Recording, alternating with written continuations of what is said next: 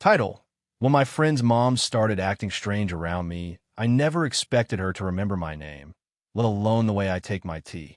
Most people's parents blur together after a while. Faces at doorways, voices calling from kitchens, polite smiles that fade once you step out of the house. But she didn't blur. She stayed. It started on a Tuesday afternoon, the kind that feels like it's always been Tuesday. I was sitting on the front steps of my friend Amir's house, scrolling through messages I wasn't going to reply to. My phone buzzed once, then went quiet again. I let it sit in my hand longer than necessary, like if I waited long enough, something important might arrive. The door creaked behind me. "You're early today," she said.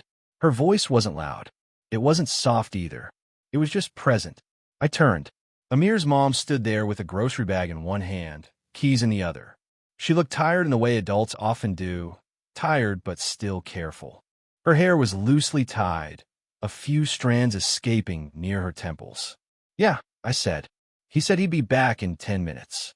She nodded, then hesitated for half a second, as if she were deciding something invisible. "Cool. It's hot outside." Inside, the house smelled like detergent and something fried earlier in the day. The ceiling fan hummed slowly, chopping the silence into pieces. She walked toward the kitchen, and I followed without really thinking about it. "Tea?" she asked, already reaching for the kettle. "Sure," I said. She didn't ask how I liked it. She just made it. I watched her hands while she worked, steady, efficient, not rushed.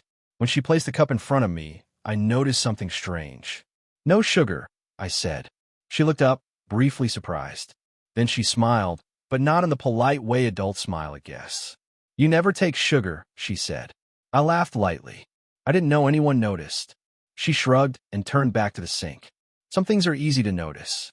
I folded the napkin beside my cup, unfolded it, folded it again. The silence between us wasn't awkward, but it wasn't comfortable either. It felt like something unfinished. Through the window, I watched the street outside. Cars passed slowly. A stray cat sat in the shade of a parked bike.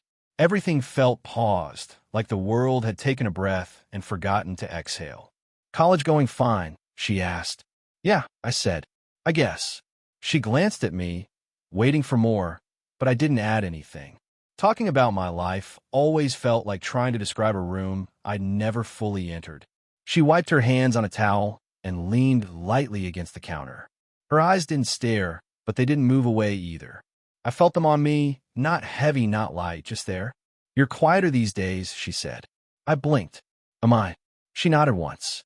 "You used to talk more." I thought about that. Maybe I had. Or maybe people just stopped listening. My phone buzzed again. This time it was Amir. "On my way. Traffic." I typed okay and erased it. Then typed it again and sent it. She glanced at the screen out of habit, then looked away quickly, as if she'd crossed an invisible line. "I'll call him when dinner's ready," she said. I nodded. My tea had gone slightly cold. I didn't drink it, just held the cup between my hands. The warmth felt unnecessary, but I kept it anyway. When Amir finally arrived, the house changed. Voices got louder. Chairs scraped. The quiet space between me and her disappeared like it had never existed. But when I stood up to leave later, she walked me to the door. "Take care," she said. Her hand lingered on the door handle. For a moment, neither of us moved. I noticed a faint crease on her wrist, a thin line where a bracelet must have been removed recently. "You too," I said. She smiled again, that same small, thoughtful smile. As I stepped outside, my phone vibrated in my pocket. A message from an unknown number. "Did you get home safely?" I stared at the screen longer than I should have. And suddenly, the ordinary day didn't feel ordinary anymore. The next time I saw her, it wasn't planned. I was at Amir's house again, but Amir wasn't there. He'd gone out with friends, and I'd only come to drop off a book he'd borrowed.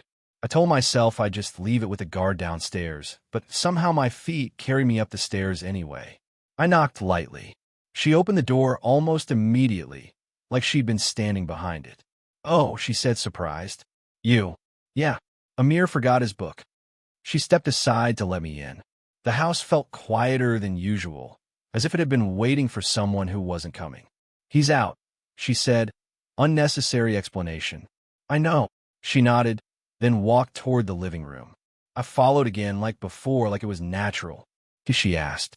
Only if it's already on, I said. She smiled faintly. It is. We sat at the dining table this time, not the kitchen counter.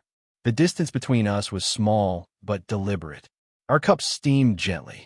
Outside, the late afternoon light stretched across the walls, touching everything slowly. For a while, we didn't talk. I watched her stir her tea, even though there was nothing to stir. She noticed me looking and stopped. College is strange, isn't it? She said suddenly. Sometimes. She nodded, staring at her cup. You think you're moving forward. Then you realize you're just learning how to sit with things. I didn't know what to say to that, so I said nothing. After a moment, she looked up at me. When I was your age, I thought I'd have everything figured out by 40. She laughed quietly, not bitter, not happy. And I asked. She hesitated, just a fraction of a second. And I was wrong.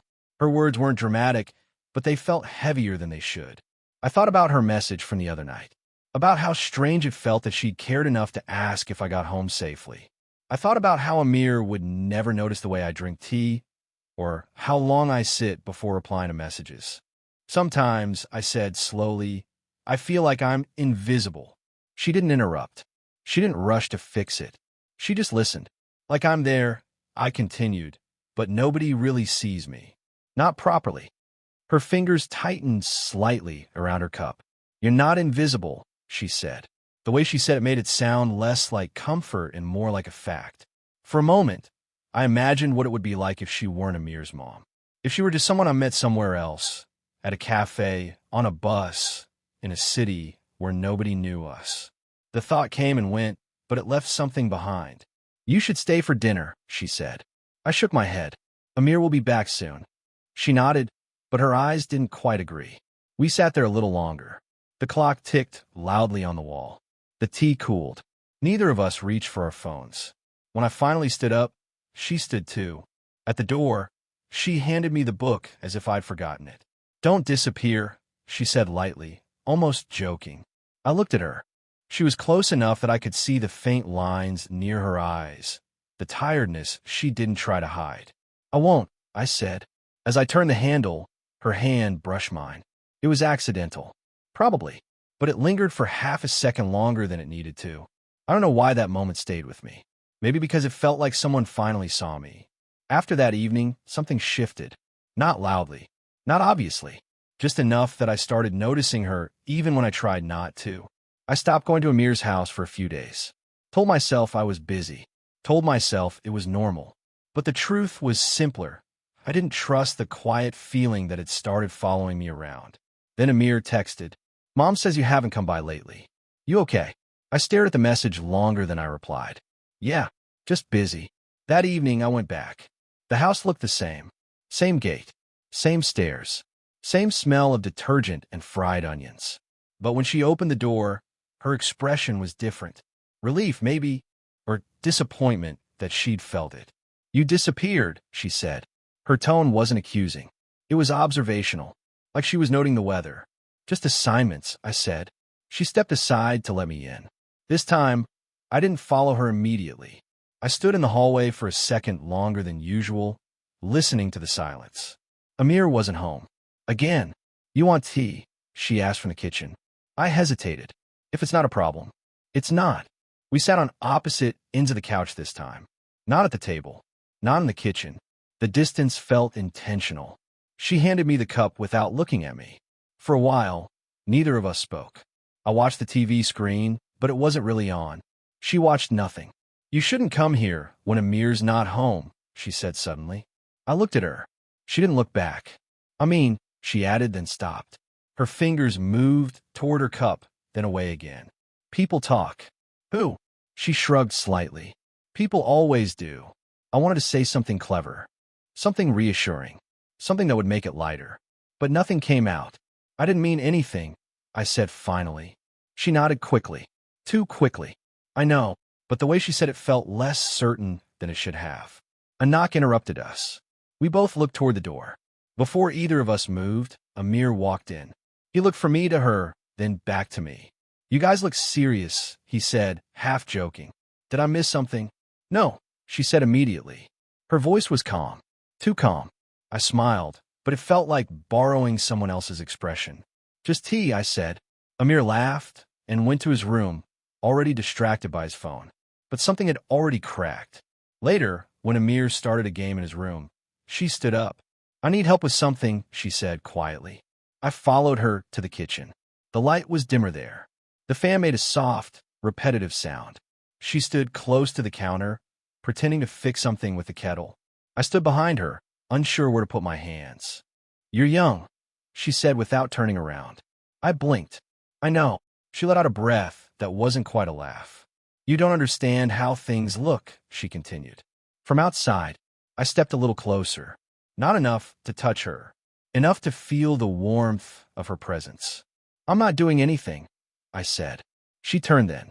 Our faces were closer than they'd ever been. For a second, she didn't move, didn't speak. Her eyes dropped briefly to my lips, then back to my eyes. The kettle clicked off with a sharp sound. She reached past me to turn it off properly. Her arm brushed my chest. I felt her hand hesitate there, not moving away, not moving closer. For a moment, neither of us breathed properly. She opened her mouth as if to say something. I leaned forward slightly, without fully deciding to. And then she stepped back. Just one step, but it felt like miles. I should check on Amir, she said softly. I stood there alone, staring at the empty space she'd left behind. And for the first time, I realized something dangerous. It wasn't just me anymore. The night it happened, nothing special was supposed to happen. Amir had dragged me out for a late walk because he was bored and restless, the way people get when they don't know what they're actually running from. We walked past quiet shops, closed shutters, stray dogs curled beside warm engines. The city felt softer after midnight. When we came back, his house lights were still on. She's probably waiting, Amir said casually. She worries too much. I didn't reply. Inside, the house was quiet except for the TV playing in the living room. She sat on the couch with her legs folded under her, a shawl loosely wrapped around her shoulders. When she saw us, she muted the TV. You're late, she said. Her eyes went to Amir first, then to me. Just walking, Amir said. I am starving. I made something, she replied. He disappeared into the kitchen, already talking about food. She stayed where she was. I stood near the doorway, unsure whether to move closer or farther away. Did you enjoy your walk? She asked. Yes, I said. Her gaze lingered on me longer than necessary. There was something different in her expression. Not warmth. Not distance either. Something tight. Amir's voice echoed from the kitchen, complaining about burnt bread. She didn't respond. Instead, she stood up. Come, she said to me quietly.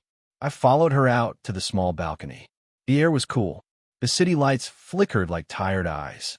Somewhere below, a motorcycle passed, its sound fading slowly. For a while, we just stood there, side by side, not touching. You've been spending a lot of time here, she said. I nodded. With Amir. She didn't react to that. You're going to start meeting other people soon, she said instead. I frowned slightly. What do you mean? She leaned against the railing, staring at the street below. You're not going to stay the same forever, she said. People your age don't. Her words felt oddly personal. I don't have plans, I said. She laughed quietly, without humor. No one ever does, she said. The wind lifted a corner of her shawl. She didn't fix it. I almost reached out, then stopped. Amir told me, she said suddenly, that there's a girl in your class who likes you. I looked at her. He jokes. Does he? I hesitated. Maybe. Her fingers tightened around the railing. For a moment, I thought she wouldn't say anything else. Then she spoke again, softer. Do you like her? The question hung between us. I didn't answer immediately, not because I didn't know, but because I knew what my answer might mean. I don't really think about it, I said finally. She turned her head slightly, studying my face as if trying to read something I wasn't saying. You should, she said. There was a pause. A long one. I thought you were avoiding this place, she added quietly. I looked at her. I wasn't. She smiled faintly, but her eyes didn't match it. Then why did it feel like you were? I opened my mouth, then closed it again. Words felt dangerous. The city noise below softened, as if the world had stepped back to give us space. I don't want to misunderstand you, she said. Her voice wasn't accusing. It was careful. I don't want you to misunderstand me either, I said. She looked away again. I'm not someone you should get used to, she said. The sentence sounded rehearsed, like she'd been thinking about it long before saying it. I stepped closer, not touching, almost. Then why do you keep talking to me like I am? I asked. She froze. Her breath changed, slightly. For a moment, she looked at me like she was about to say something she had never said out loud before. Her lips parted. My hand lifted without permission, stopping just short of her shawl. And in that fragile space between us, a question existed. Unspoken, unbearable. If we crossed this line, who would we become after? She looked at my hand, then at my eyes, and she didn't answer. After that night on the balcony, I expected something to change. Not dramatically, not obviously, just slightly. But instead, everything disappeared. For 3 days, I didn't see her. I came to Amir's house like usual, but she was never around. The tea was gone. The quiet conversations were gone. The subtle glances that used to meet mine for half a second too long gone. Mom's busy, Amir said when I asked casually. She started working extra shifts at the clinic. Clinic, I repeated. He nodded. Yeah, didn't I tell you? She used to work there before I was born. She went back last month. I didn't respond. Somehow, the word clinic changed the way I saw her. It gave her a life that existed outside this house. Outside me. A life I had never asked about. That evening, I waited longer than usual. I sat in the living room with Amir, pretending to watch a match, but my eyes kept drifting toward the hallway, toward the door that never opened. She's not coming home early today, Amir said, yawning. You can leave if you want. I'm fine, I said, but I wasn't. When I finally stepped outside, the air felt heavier than it should have. I walked slowly, hoping, stupidly, that she might appear behind me, call my name, say something ordinary. She didn't. The next day, I didn't go to Amir's house. Not because I was busy, because I wanted to see if anyone noticed. No one did. On the third day, my phone buzzed while I was sitting in a cafe alone, stirring a cup of coffee I wasn't drinking. Her name appeared on the screen. Not unknown number this time. Her name. I stared at it for a few seconds before opening the message. Amir said you haven't been coming lately. Are you okay? The words were simple, but they felt distant. Different. I typed a reply. Yeah, just caught up with things. I stared at the send button. My thumb hovered there longer than necessary. Then I deleted it. I put my phone face down on the table. For a while, I watched people walk past the window, laughing, talking, touching each other's arms casually. None of them looked confused about where they belonged. That night, I walked past Amir's house without stopping. The lights were on. Her room window glowed faintly. I slowed down. For a second, I imagined knocking. Just once. I imagined her opening the door, looking surprised, asking why I came, standing there in that familiar, quiet way. I imagined saying something honest. I didn't move. The gate stayed closed. The door stayed closed. I walked past the house like it wasn't mine to enter anymore. Later, lying in bed, I opened my phone again. Her message was still there, waiting, unanswered. I started typing this time. I was just thinking. I stopped, deleted it, typed again. I didn't mean to. Stopped, deleted. The cursor blinked on an empty screen. I stared at it until my eyes hurt. I didn't feel heartbroken. I felt paused, like life forgot to finish the sentence. I saw her again on a Sunday evening. Not planned, not dramatic, just inevitable. I was walking back from the corner store with a plastic bag cutting into my fingers when I noticed the gate open. Her car was parked inside. For a moment, I considered turning around. I didn't. I climbed the stairs slowly, as if speed might expose something I wasn't ready to admit. The house was quiet except for faint sounds from the kitchen, water running, utensils clinking softly. I stood in the doorway longer than necessary. She was there, sleeves rolled up, hair loosely tied again, standing at the sink with her back to me. She looked smaller than I remembered, or maybe quieter. She noticed my reflection in the glass cabinet. She didn't turn immediately. You stopped coming, she said. Her voice wasn't sharp. It wasn't soft either. It was tired. I didn't know if I should, I said. She turned slowly. For a moment, neither of us smiled. Amir wasn't home. The house felt suspended between breaths. You could have knocked, she said. I thought you were busy. She looked at me for a long second, like she was measuring how much truth I could handle. I was, she said finally, and I wasn't. I placed the bag on the counter. Our hands almost touched when she reached for it, but both of us pulled back slightly, like we'd learned something dangerous. Silence settled between us again. Not awkward, not comfortable, heavy. I shouldn't have asked you that night, she said suddenly. Asked what? She hesitated. About that girl, she said. I shrugged lightly. It's fine, but it wasn't. She leaned against the counter, arms crossed, not looking at me. You're young, she said again. This time, it sounded less like advice and more like confession. You don't realize how easily people misunderstand things. Do you think I'm misunderstood? I asked. She looked at me then. Her eyes didn't answer immediately. I think, she said slowly, I did. The words landed softly, but they changed everything. I stepped closer. Not enough to touch her. Enough that the air between us felt warmer. I didn't come here for a mirror, I said. My voice surprised me. It was steadier than I felt. She didn't move. She didn't tell me to stop. She didn't tell me to continue. Her hands tightened around her own arms, as if she were holding herself together physically. I know, she said quietly. The simplicity of it hurt more than any argument could have. For a moment, I thought she might step away. Instead, she took a small step forward. So small it was almost invisible. You don't understand what this looks like, she said. I do, I said. She shook her head slightly. You think you do, she said. But you don't. I wanted to argue. I didn't, because arguing would make it louder than it needed to be. I'm not asking for anything, I said. She looked at my face, as if searching for a lie. And what if I am? She asked. The question wasn't dramatic. It was almost careless, but it shattered something in me. I didn't answer immediately. If I spoke too quickly, I might say something irreversible. If I stayed silent, I might lose something I couldn't name. I don't know, I said finally. She exhaled slowly. Her hand lifted slightly, then dropped again, as if she'd almost reached for me and changed her mind at the last second. For a few seconds, we just stood there, close, not touching. Then she smiled. Not happy, not sad, just human. Okay, she said softly. And in that single word, I felt the weight of everything we hadn't said and everything we never would. Months passed without anyone announcing it. Nothing dramatic happened after that night in the kitchen.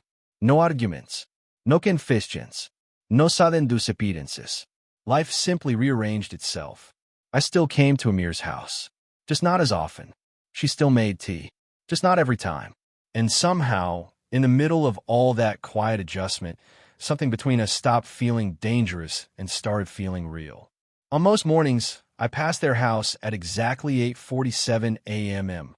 on my way to college. It wasn't planned at first. It just happened once, then again, until it became routine. Sometimes she was outside, locking the gate before heading to the clinic. Sometimes she wasn't. When she was, she'd nod at me. Not dramatically, not warmly, just naturally. Black coffee today, she asked once, noticing the cup in my hand. Yeah, I said. Tea felt too heavy. She smiled slightly. Tea isn't heavy, she said. People make it heavy. I thought about that for the rest of the day. Amir never noticed anything. Or maybe he did, and decided not to name it. Inside the house, things were different but subtle. We didn't sit too close anymore. We didn't avoid each other either. Sometimes I helped her carry groceries upstairs. Sometimes she asked me about my classes. Sometimes we sat in the living room in silence while Amir played games in his room. The silence wasn't tense anymore. It felt shared. One evening, I found her sitting alone on the balcony, the same place where everything had almost broken. She was holding a cup of tea. I hesitated before stepping out. You don't have to stand there, she said without turning around.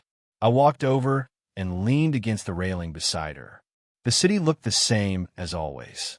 Cars passing, distant horns, people living lives that had nothing to do with ours. You still come here every day, she said. Almost, I corrected. She nodded, as if she'd already counted. You could stop, she said. I looked at her. Do you want me to? She thought about it longer than she needed to. No, she said. The word wasn't dramatic. It was simple. We stood there quietly. No tashing, no promises, just presence. After a while, she handed me her cup. Try it, she said. I took a sip. It was tea. No suga. Exactly the way I liked it. You remembered, I said. She shrugged lightly. Some things stay. I didn't respond, because I knew what she meant. Later that night, when I was about to leave, she walked me to the door like she always did now. Take care, she said. You too. This time, her hand brushed mine again. But neither of us pulled away immediately. It wasn't a spark. It wasn't a confession. It was just normal. And somehow, that felt bigger than anything else. As I stepped outside, I didn't look back right away. I didn't need to. Some connections aren't loud enough to announce themselves. They exist in small things. In passing mornings. In remembered tea. In silence that doesn't feel empty. And sometimes when I pass their house at 8:47 a.m., I still see her at the gate. She doesn't wave. She doesn't call my name. She just looks at me for a second longer than necessary. And I understand something I never understood before. Not every love story is meant to be spoken. Some are meant to be lived quietly, so quietly that only two people ever know it was real.